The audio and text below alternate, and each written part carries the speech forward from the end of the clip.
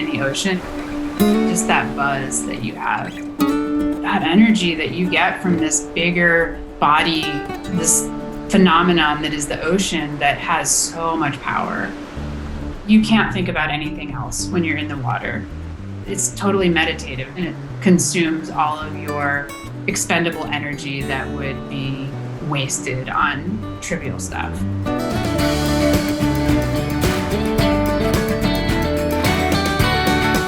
My name is Julie Cox. And I'm Lavizzo-Mourey.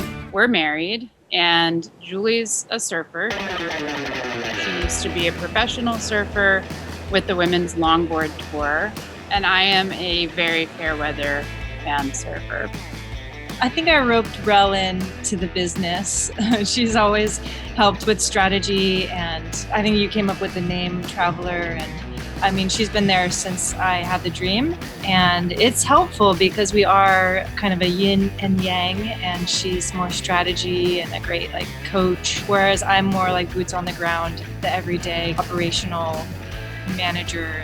I would not have been able to do Traveler by myself, for sure. It's not a one-person thing, so I feel grateful we can work together and make it happen. And we mostly get along during that. The surf club idea kind of came out of wanting to build more community in a cold water area where I would just surf and then drive home in my wetsuit, freezing cold. And so I figured if I wanted a hot shower by the beach, there should be other folks that would want that too. So it was just kind of like, is there an easier way to do this? And what was born out of that was Traveler, which is a place close to the water. There's hot showers, there's a heated bench, there's a sauna, and there's a space where people can actually get a little bit of work done in between their surf sessions. So it's a place for people to connect in and out of the water.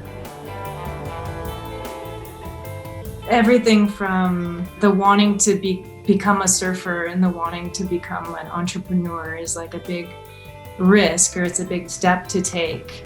Committing to okay, I'm gonna get a board and a wetsuit, okay, we're gonna write a business plan and get a space and all that. So suiting up and paddling out that first time is so intimidating, and then having to take those, falls on your own as well, and the day-to-day, the failures, and are we gonna fit in this community, all of that. So slowly it becomes more and more comfortable, and we ride some great rides. It's definitely highs and lows from the wave cycle. And this year alone, I mean, it's talk about the choppiest storm ever. I had just ordered a bunch of product for spring, gearing up for the kind of tourist season in Malibu, and we were all stocked up.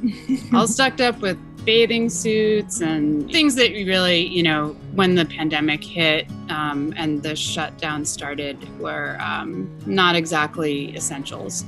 And so that was just a weird realization in that moment of wow, now we just lost control of everything. And literally calling our staff member who was on the floor at the shop in Pacifica, trying to talk him through how to close everything down and put signs up and just, walk away from it, was a pretty strange feeling.